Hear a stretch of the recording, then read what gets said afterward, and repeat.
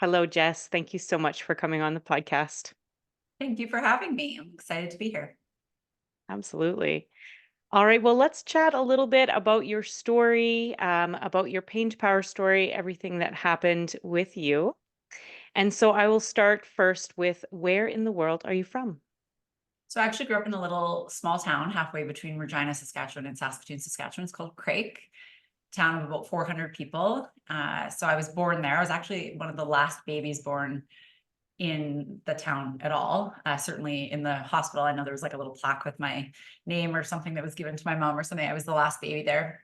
Weird story. But then I left there when I was 15. So that's kind of where I was born and grew up a little bit. Gotcha. Gotcha. Okay. Yeah, that's very small. And a lot of us are from very small towns here. So I totally get you there. Same thing at a really small little town that I was from. So, in your small town, without any privacy, there was lots of different things that happened with you. Let's chat about some of the points, some of the big moments in your life because I know you've got a really powerful story to share. I mean, yes, it's a very long story. So some of the bigger moments, I guess, would be my father struggled with alcohol addiction. And so really I started to notice like the big kind of moments are as a child, you only really remember the big things that kind of like, you know, stick in your brain and never leave you or scar you, frankly. And so probably when I was 9 or 10 is when I really remember recognizing that things weren't right at home. I think, spent our first nights in a women's shelter when I was, I want to say 10, maybe 11. And that was a really big changing moment for me, a very pivotal moment in my life where I recognized my family was different. Something wasn't right. It was very scary being in those shelters. I mean, I'm now 42 and I still remember that day at 10 years old like it was yesterday. I remember everything about those shelters, the smells, the items on the counter, the look of the room. I remember it vividly. So, when you can remember this many years later, that was a big moment. From there, things continued to progress when there was police kind of at our house all the time. Those years really blend together. So I wouldn't say there's anything in between 10 and 15 that was very like pivotal and big and crazy, other than my dad's addiction continued to worsen. And because of that, our family really struggled financially. So we had loss of power, loss of phones, loss of heat, I should say, lack of groceries. The church would drop off boxes of food for us. The people in the community would like help out with different things, pay our bills for us, get our phone turned back on. They would pay my basketball fees, all of those types of things. But really from 10 till 14, 15 was a bit of a blur of just chaos, frankly. And then at 15 was another really big pivotal moment when we actually lost our home, because my parents were financially in such a bad situation. They weren't able to pay the mortgage payments. And we were already living in a low income home to begin with. And so losing our home that summer was really like such a moment of complete change. And at 15, I got on a bus and came to Saskatoon and started a life on my own. So I really went from being a 15-year-old, like have fun in the summer with your friends, pretend that it isn't chaos at home, to literally overnight taking care of myself, taking care of my father who was struggling with addictions. Financially, I was taking care of him and learning how to live as an adult. And that would be, I guess, the biggest, most pivotal moment in my life that I remember is like being on that bus at 15, coming to the city, terrified. I had really bad social anxiety. I didn't know what I was going to do, where I was going to go. It turned out okay. I got a job, registered in school, got an apartment, lied and said I was 18 so I could get an apartment. But my dad's addiction was still really bad during those years. So then there became a whole new level of adversity of trying to get to school when my father had drank too much the night before or had been beaten up and was in the hospital for owing somebody money, and I taxied to school in the morning because I can drive. I was 15. But I would take a taxi to school in the morning because I knew that school was really important to me. I knew I needed to continue on. But at the same time, I was so worried about my father, I just couldn't really focus on my own world. So that was a pretty big time in my life for sure. Again, really just survival. I was really just in survival mode. There was not really any like living. It was really just like getting by month to month. But those would be my biggest, I think, in my early years. From that point on, obviously there was many other big adversity kind of moments in my life and in my career, but those were the ones as a child. That was a very long Mhm. answer. So I apologize, but it's like a long story. So it's hard to break it into pieces, but those would be the most significant ones. It's a very powerful story. I've had the privilege of hearing the full story, and it is. I know that listening to it, there was many moments of tears, and there was moments of laughter, and these stories are never linear, right? And so you had so many ups and downs, and thank you for sharing the nutshell of it in a lot of ways. I'm curious, what are some of the ways that you were able to continue on? Because, you do speak about how you went to school and you took these experiences and you turned them into a very powerful and beautiful business. All of these things that you've done, what kept you going at a very young age, realizing that you were going to be on your own? I mean, I think there's that's kind of a multifaceted question because I was very stubborn, number one. I was very angry. That's great. I was very angry at the world. I was angry at my parents. I was angry at the universe for just, in those moments when you're a child, you're not mature enough to understand what's happening or why. You can't really regulate your emotions. And so I was just angry at the world. I didn't understand why it was happening to my family, although I, knew obviously other people were going through much worse. It's just in that moment as a teenager when you just want to be like everyone else, right? And so being stubborn was probably a big piece of it because I just was like, I didn't want that to be my life. And I was just really stubborn about that in particular. I didn't want this chaos and being poor and being, and struggling and having an addict father being my identity. And so I was just kind of stubborn about it. I hid my true lifestyle and life very much from the people I went to school with, the people I worked with. I protected the life I was living a lot. I really gave off the image that everything was rainbows and sunshine and great. And no one that I went to high school with, including my teachers or my friends or that I worked with, knew I lived on my own. It was something I worked very hard to protect. So, yeah, I mean, being stubborn was a big piece of it. The other piece of it was that my dad always taught me, although he was struggling with addictions, he always taught me that education was really important. He always taught me to be very confident and very strong-willed, and that if you want to do something in life, like no one's going to do it for you, you got to get up and go do it for yourself. Nothing is handed to you. That sense of entitlement is like never there. You have to like work really hard. No job is beneath you. You work at, the crappiest job ever to work your way up to a better job, to work to a better job.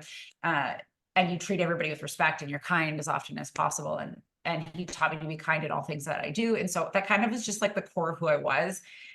And then there was this moment where I realized it really was a choice. I could either choose to follow suit, like statistically children that live in a home with addictions do, or I could choose to create my own future. And I had to decide, I don't want to live that life. I don't want to follow that path.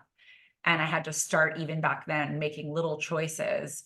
Things like, for example, if I got invited to a party or once I was bar age to go out to a nightclub or something, I more often than not kept it to a 3-drink minimum. I was never in a position where I wanted to feel out of control.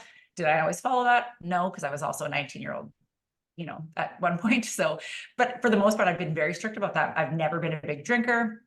I didn't ever want to put myself in a position that might happen because historically and genetically, my family was frankly doomed in terms of the world of addictions, or at least that's what I had been taught. And so I was very, very strict about being careful about those types of things. So I was making a conscious choice and a conscious effort in many different areas of my life, always working, always having a job.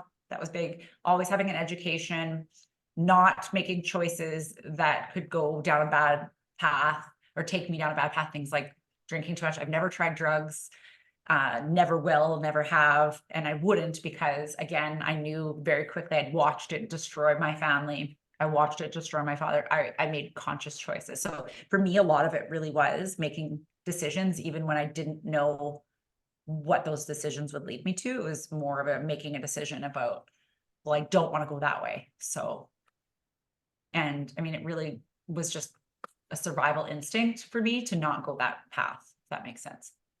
It does make sense.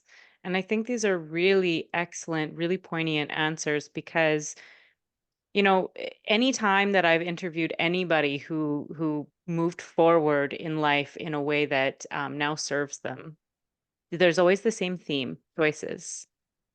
All across the board. I could have sat in my victimhood, but I didn't. I made choices, realizing that this was the bed that was made for me, and so that I had to make a decision to get a different bed. You know, I yeah, often say, I say this on stage, and I say this a few different ways, but you can be the, victim or the victor, and you can let the pain control you, or you can use it as fuel to drive you. I actually had that quote put on a hoodie.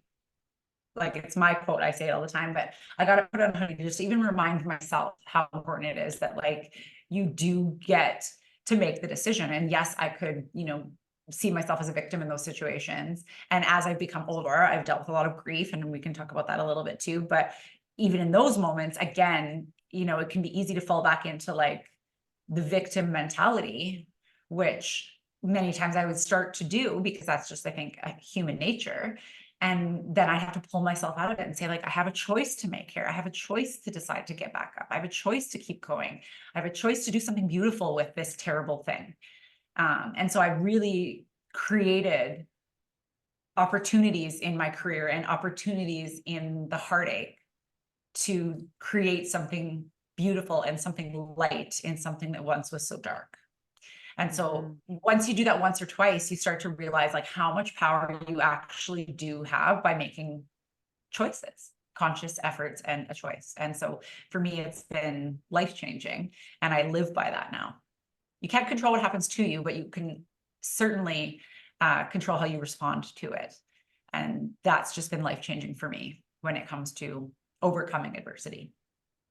absolutely. And one thing that I noticed you say is that you said that you noticed that every time you made choices, things improved, and then that became something that drove you.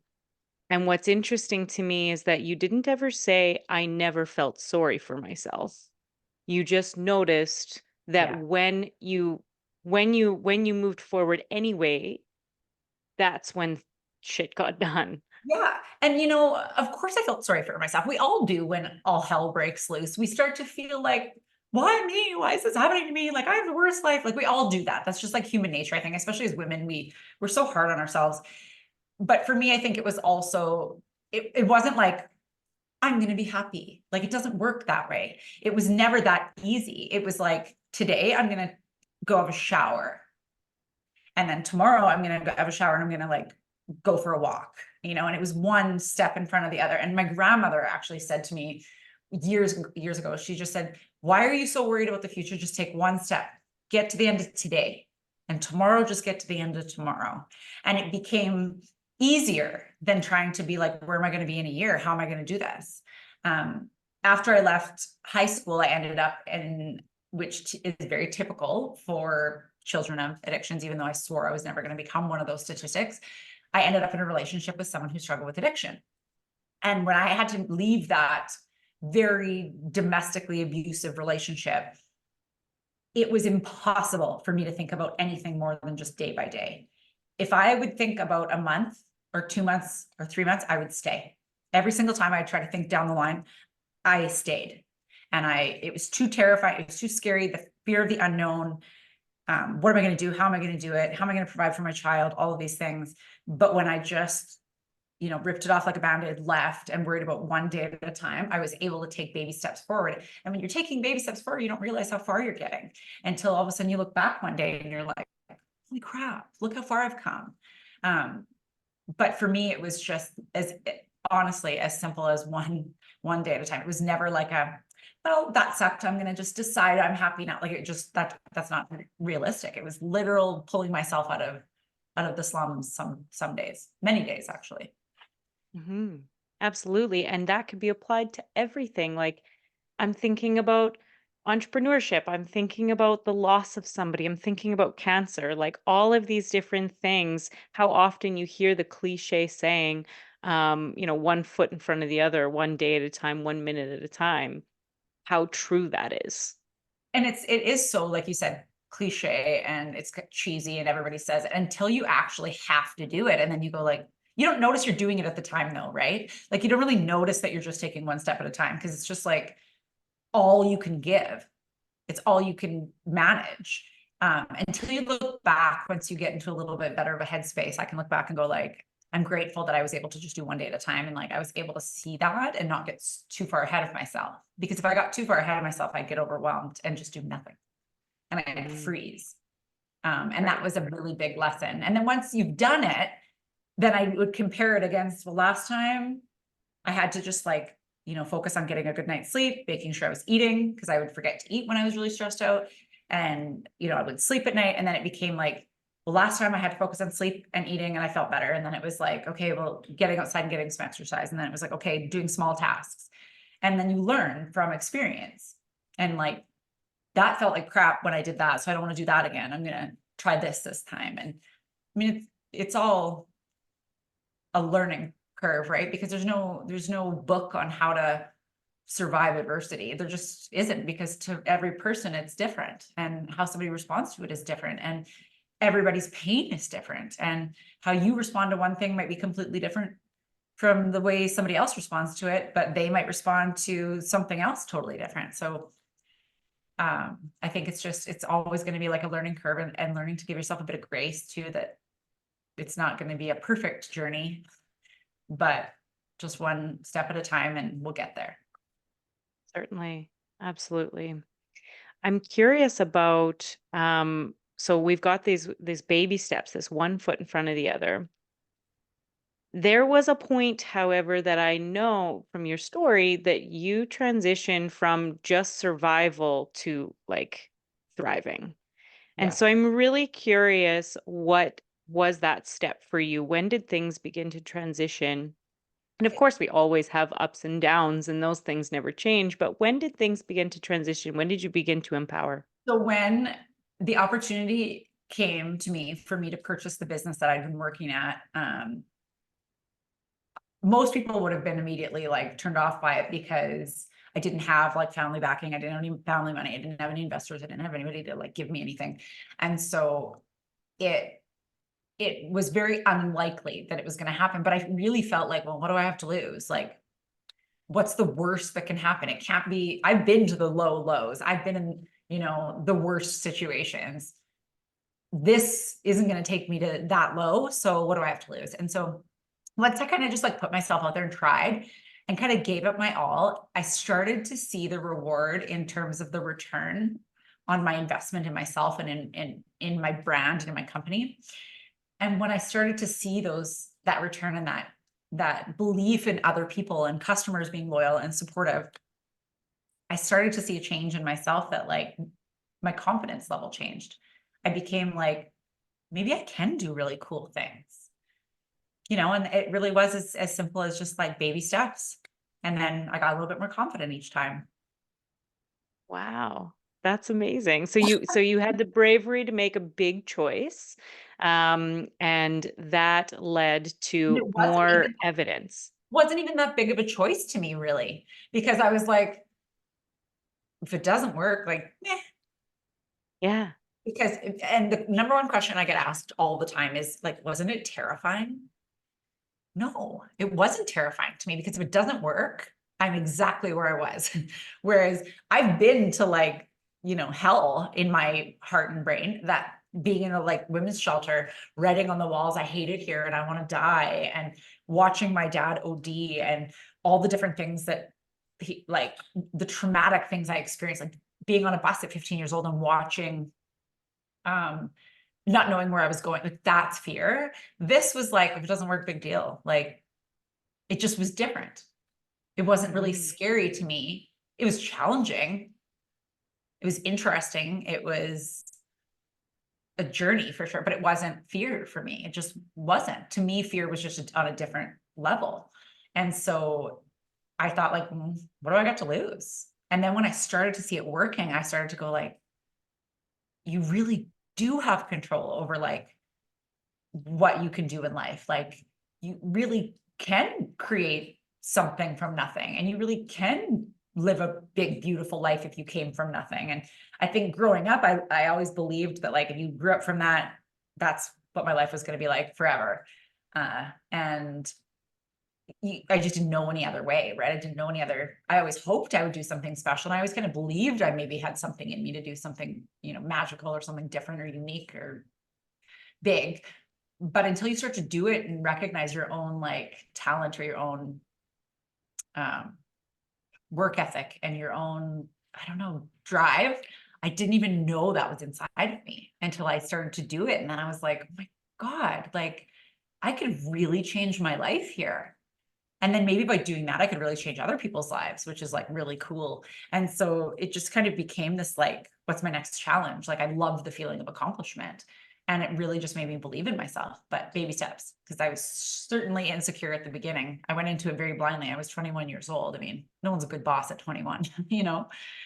So I made a lot of mistakes, but it's because of those mistakes that I am who I am now. And because of those mistakes that my business is successful and that I've done the things I've done. I don't regret many of them, very few. Right. So you didn't wait to believe in yourself. You started with messy action, which resulted in belief. There was always a piece of me that like believed I was meant for something more than the life that I was living. I knew that. So that piece I did know. I always actually thought I was going to be a lawyer, because I always thought that lawyers help families like mine and they protect kids like me. And so I thought that's my future. That's what I'm going to do. And then I fell in love with the spa industry and was just like blindsided by this like world that I'd never experienced, this like calm and tranquility. Like I've never experienced calm and tranquility. My world was chaos at all times and loud and shocking and traumatizing. And I'd never experienced that. So all of a sudden it was just different. And I just fell in love with it so much. And then I started to like try. But I did always, I can't say I went into it not knowing that I was capable, because I did. There was a piece of me that always believed I was meant for something more Hmm. than the chaos, more than the trauma, more than the adversity. But I didn't know that this level of like living in happiness and health and, you know, a dream could be fulfilled. I hoped it could be, but that was learned along the way. Right. Little nudges, I guess, is Yeah, what but you received. there Little was nudges. definitely a piece of my heart and my mind that knew I was meant for much more than what life was throwing at me. Love that. I love that. I have the same nudge that always says that to me too. And so, I mean, that's why you move forward, right? Because it keeps telling you, right? And often we Um, downplay it and shut it down, like, oh no, I couldn't do that. And society does that too, right? And says like, no, you know, stay within your little box, like don't do anything too crazy. And like, you know, and that's where all the negative Nellies come in and try to like knock you down or have something negative to say. And it's pushing through that and just kind of doing it anyway is where you come out the other end and go like, oh, I'm so glad I trusted in myself and listened to my inner guide. yeah, yeah, absolutely. How moving into empowering other people, speaking on stages, coaching people to start their own businesses, what fueled that? Like, when did that really come into place for you? So public speaking, I never had any interest in doing, never in a million years. If you ask my mom or my sister, 20 years ago, they would have been like zero chance, because I had such bad social anxiety that I couldn't even order pizza. I couldn't, like, if somebody rang the doorbell, I would like hide. I just did not like interacting with people, because any of the experiences, and I've learned this through therapy now, but like most of the experiences that I had were just like traumatic. I didn't like police being around. I didn't like talking to adults because they were asking me questions. And so I became very like socially reserved sort of. And then I'd opened my first business was doing quite well. And my best friend that I'd grown up with my entire life, absolute best friend, like more like a sister, was now a teacher. And she was in YWCA, Alberta, teaching high school. And she reached out to me and said, like, Jess, and I just won a couple of awards. And like, she's like, is there any way, I know you don't like talking to people, but is there any way you come talk to these students?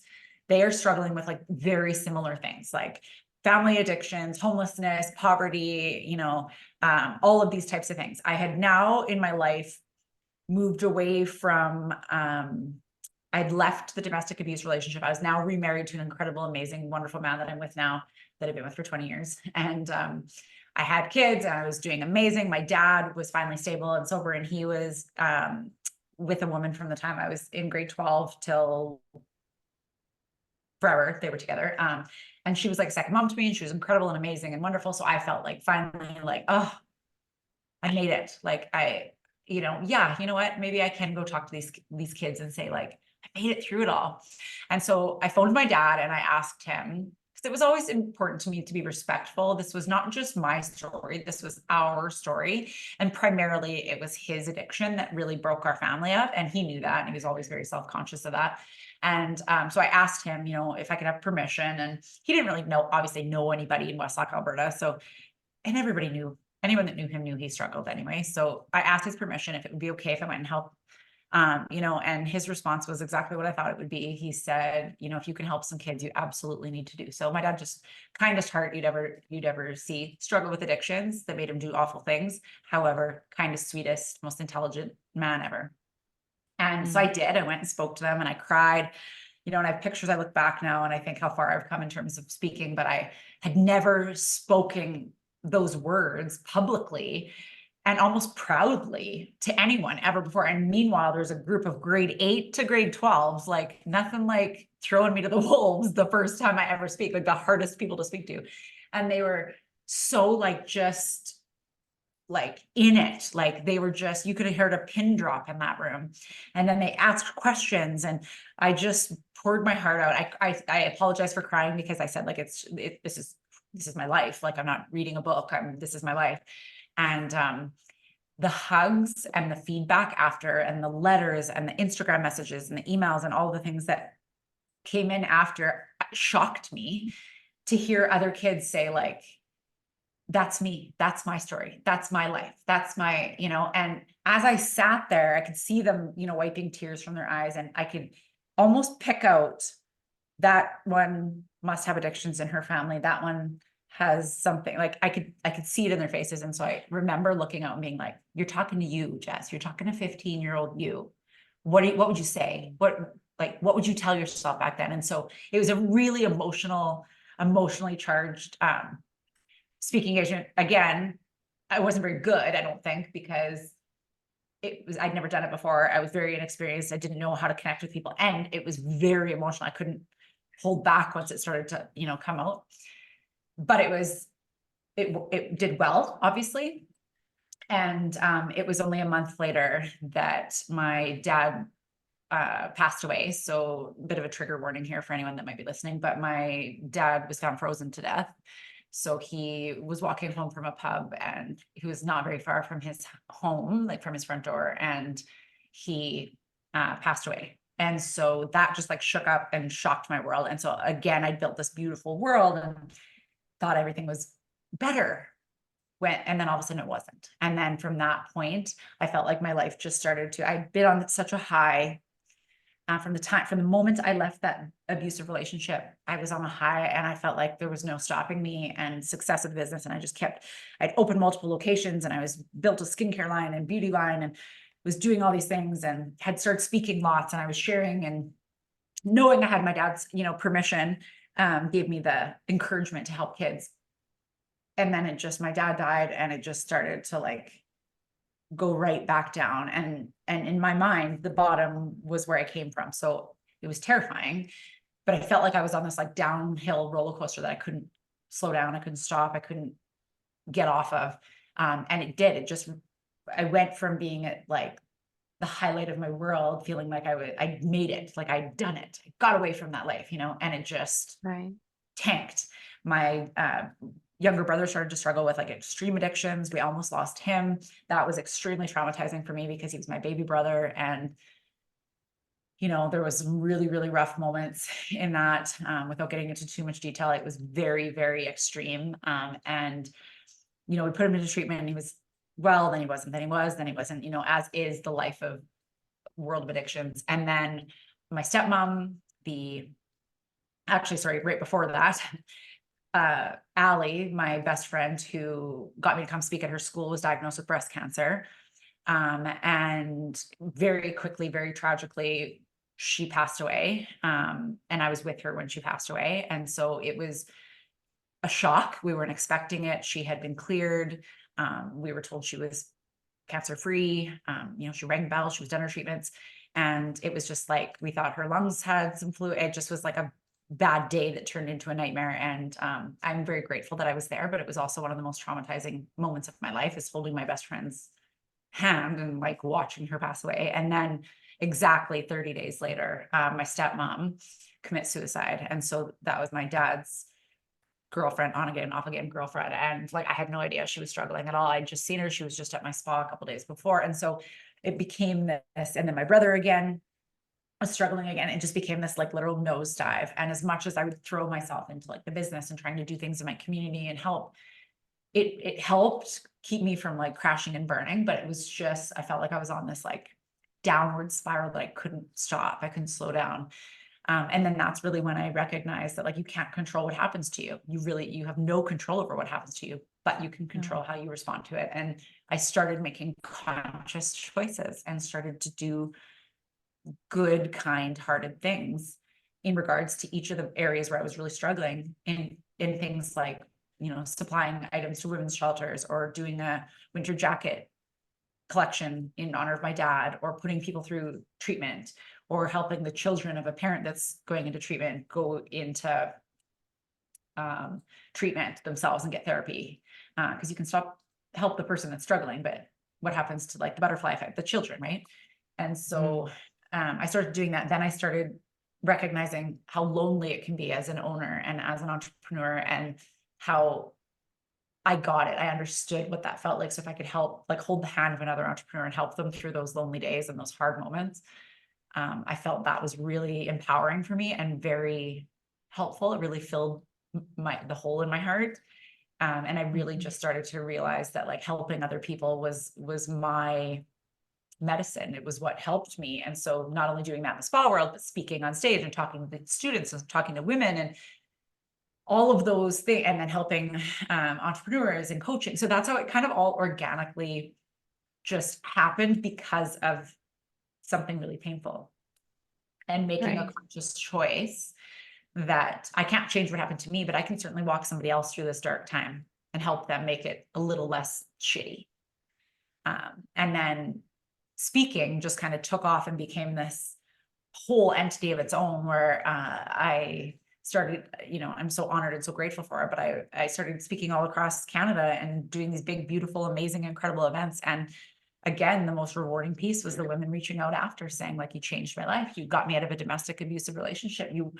I felt like you get me. I felt like, you gave me a reminder to keep fighting my cancer battle. You gave me the courage to go after the job I want, or get some therapy, or whatever it was, and that was the most rewarding, fulfilling thing I ever could have done in my world.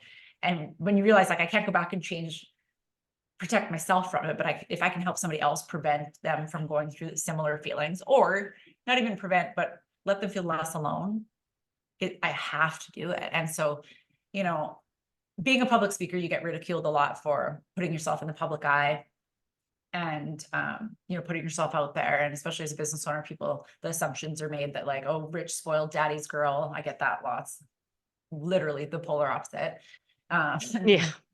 Literally polar opposite. But, and you just have to kind of take it with, I'll listen, I'll take it, I'll listen to it because there's nothing I can do, but it doesn't matter because I'm changing this person's life. So say what you want to say about me. At the end of the day, I'm not here to make you happy. I'm here to help her, and in the room of 1,000 people, more often than not, I'll get like 200 or 300 messages after if it's an event really big. If it's a really big event, and some smaller events, I'll get 10 messages. But you know what? To that one person in that room you connected with, you made a difference for them. It's worth every moment of ridicule you get by putting yourself out there. And so at the beginning, it was very hard to take that feedback and keep going and not want to just throw in the towel and say, like, I'm not the right person for this. Like, people think I'm into myself, or they think I'm conceited because I'm standing on stage with a microphone, or all the things that people say about someone when they become successful. And then you get that feedback and it's just like, doesn't matter. Say what you want. I'm helping that girl because that's what I'm doing. Right.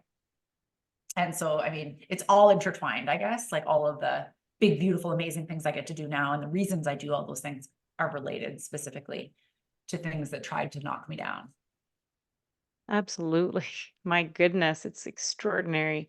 And, I'm actually brought back to when you said that you were really, really private. You didn't tell anybody. You were really guarded.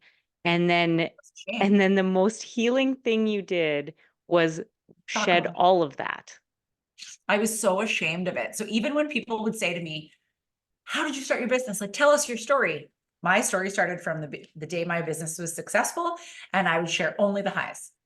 And it Mhm. actually was now she's a friend of mine, but she was a client of the spas. And we were at a really small event, and she actually called me out from the back of the room, like raised her hand when we asked for any questions. And she's like, what about everything that happened before that? What about your father's addiction? What about your pregnancy losses? What about and I was just like, I remember feeling so angry at her for outing me, and because I was like, oh my God, no one's going to support my business now. They're going to think like, oh, this girl comes from trailer trash life. She, and no one's going to support me. And in fact, the absolute opposite happened. People were like, I relate to that, actually. Like, good for you to get out of that. And it was the safety of who I was sharing it with that made me confident and comfortable in doing so. But it took a long time. I never told the story like I do now for a long time. It was like comfort a little bit at a time. I would open up a little bit more and open it. And then when other people would share their stories with me, it would give me more courage and a reminder to be like, just share it. You're going to help somebody today. And now I can it is what it is. That's my life. I've got no shame left in it. Right. But for a long time, I was controlled and confined by that shame. Mhm. Right. And now I'm proud of it. Absolutely. Now I'm so proud of, there's things that, I'm disappointed that happened in my life. Obviously, I don't love losing, a few really important people in my world and struggling with some of those things. Of course, nobody wishes for that. But, I don't really have any regrets because now I do these things and help other people because of that. And so the shame is really behind me at this point. Absolutely.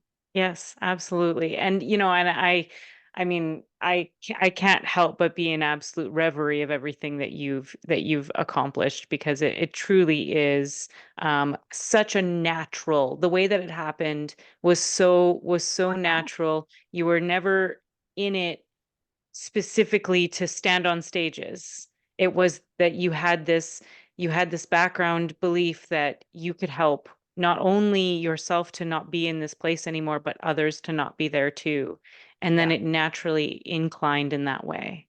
And hearing people after share the most private, and I'm telling you, the most private things ever that they've never shared with anyone. They will literally, hi, Jess, it's so nice to meet you. And then it's just like, they'll share Yeah.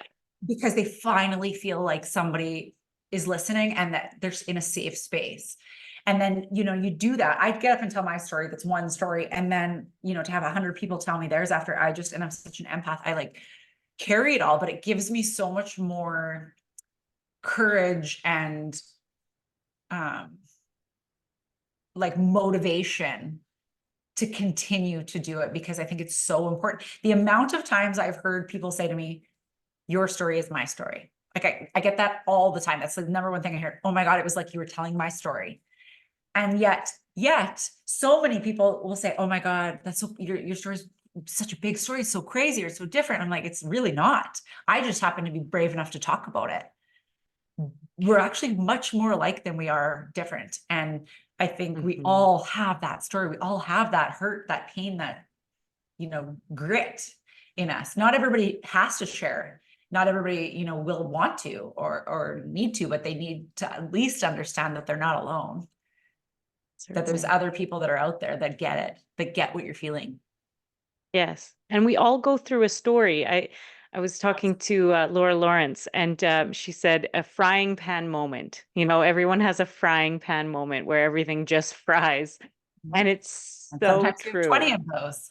Like, That's right. Yes. never ending frying pan moments, and there's always someone that has a worse frying pan story than the next, but you can't compare pain. You just have to stand together in it. And then when you see someone else in it, lend them a hand, Mhm. or be And there, or truly, just listen. that's the definition of alchemy. You've taken one thing and you've turned it into another. So I'm curious what you might tell someone in the same situation, because you did say that. You said, I'm talking to me when I was young. What did you say? What would you say? I mean, I share obviously like all the different little pieces of my journey, but the most important thing I think is just saying, like, you're not alone. Like, I get it, and it is possible. I know you don't think it is. I know you think, because I thought that this too, that life is just this piece of your world. I actually had a girl reach out to me not long ago. I just spoke in a school not too long ago, and she reached out and she's like, for the first time, a light bulb, and she was highly suicidal. She was struggling really bad. She explained all of that to me. And she said, for the first time, I realized, oh my God, my home life really is done as soon as I graduate. And then I have the choice to do whatever I want. She's like, I never even thought outside of what I was living in right now. I didn't know that there was like hope to do it, to do anything. And she's like, for the first time, it was like a light bulb went off for me, that I realized, like, I could make it another year, and then I get to do whatever I want to do in this life. And she's like, it never crossed my mind. Like, how sad is that? That it never crossed my mind that my life won't always be this way. And I said, I know, because I was there. I get it. I know what it feels like to be all encompassing. And when you're a child, especially, it's all you know. It's all, these are the people that are supposed to take care of you and protect you. And so the reason we fall into the same cycle is because it's comfortable. And it's what we Mhm. know. So if you can talk to that young girl ahead of time and say, like, this doesn't have to be, you have to make a choice, but it doesn't have to look like that. It doesn't matter where you come from. It doesn't matter, what life throws at you, or what the hand you've been dealt looks like. You do get to choose. You get to choose to make it better. You can choose to believe in yourself. You can choose to try harder. You can choose to keep trying. So those are some of the big things I say, but the biggest piece is just, I know you're not alone. I know I've been there, and if I can do it, you can do it. And then I love to also remind people that, what if I would have talked to somebody? What if I would have asked for help? And that's the reason why I'll continue talking at schools, is because, like, what if the next little girl is braver than I was and will ask for help and doesn't hide her story and does say, like, hey, you know what? I'm living on my own at 15 years old. I'm barely eating. I'm taking care of my father financially. Like, I need some help. Like, what would have happened if I would have asked for help? What if I was brave enough? What if there was an adult standing in front of me saying to me, I've been there, Jess. I get it. I get you. You're not alone. Just ask for help. Tell me. Um, that to me is just priceless. I think of that often. Like, what if somebody would have been standing in front of me? What would I have wanted to hear? And what I would have wanted to hear is, it's okay. You can ask for help. It doesn't have to be, um, your teacher that knows your mom and dad. Like, if you reach out to like, to me, to a stranger, I'll get you in touch with, like, a guidance counselor at a different place, or here's some resources of someone to talk to here, or, because I know I would never, especially in a small town, have gone to our local teachers or guidance counselor to tell them anything that was going on, because they know who I'm talking about. Or they're going to tell my parents, or they're going to tell the other teachers, or and I hear that from students often. Well, I'm not telling my guidance counselor because she's just going to tell the other teachers and then everybody will know. I get that all the time. And so to be able to know that there's other resources, it doesn't have to be your guidance counselor at your school. There's 1-800 numbers. There's all sorts of different, especially now with the focus being on mental health more than ever. And so just being that voice to say, like, there's resources out there, like, ask for help. It can change your life. It could, there's people like me that have been exactly where you are. I get it. And you get to decide what your future looks like. And I mean, that changes depending on who I'm talking to. If I'm talking to a group of women about domestic abuse, I'll say the same thing there. Like, I get it. I've been there. I know it feels hopeless, like there's no escape and you have no help. And, you just need one strong moment. And I say the things that I needed to hear back then. Like, don't go to the group around you that are friends with mutual friends of your spouse. Go to people outside of that have a, outside no connection that can give you genuine support. And then same thing with entrepreneurs. I'll say to them, I get it. I know what it feels like. I know how lonely it is. I've been there. I've walked in your shoes. Let me help you avoid falling in the holes that I fell in. And that's, to me, feels like a privilege to be able to go and warn people or help them or guide them from making the same mistakes that I did. Because I can't go back and help that 15-year-old girl on a bus, but I can help that one, or that one. And if I can, then I absolutely should. I think it's a full circle moment for me that I get to now do the things that I do, being the little girl that was at the women's shelter, now raising money for the women's shelters and going back to them and then going to speak at events, fundraising for the women's shelter. It's just such a full circle moment to say to that little girl that's in that women's shelter, this doesn't have to be the rest of your life. Someday you could be on stage raising thousands and thousands of dollars for the exact shelter that you thought you were going to die in. And for me, that's just such a purpose. I don't have to do it, but it's an honor to do it. Yeah. A full circle moment. Completely. Yes. Wow. Well, that is an impactful spot to end. If anybody is interested in connecting with you through, whether it be your coaching or any of the other public speaking works, how can they get connected with you? The best way is my website, just my name, JessTetu.com. And my last name is pronounced Tetu. You did it amazing. Most people butcher it, which is hilarious. And I just answered all of it now. But it's TETU. So JessTetu.com or Instagram. It's honestly, most people message me on Instagram because that's just the way that people communicate now. But I will always respond. Always, always, always. It just might take me a few days, but I will always respond to people. And for coaching, I am taking new clients. I only have a few spots left for this year, but next fall, I'll be opening my schedule up again and taking some new mentorship clients and opening up my book a little bit bigger. It's probably my favorite thing to do aside from helping, like standing on stage and helping people. It's the most rewarding. So if you need help in your business, like I get it. I've been there. I know what it feels like to not feel like you have somebody to hold your hand through the really hard moments, because your spouse won't always be that person. And most entrepreneurs will be like, oh my God, yes. But yeah, so that's the easiest way to reach me. Yes. Social media. Excellent. Got it. Okay. Well, I will write all that down. Thank you again for being part of the podcast, for sharing your vulnerable story, and for inspiring so many. Thank you. Thank you for having me.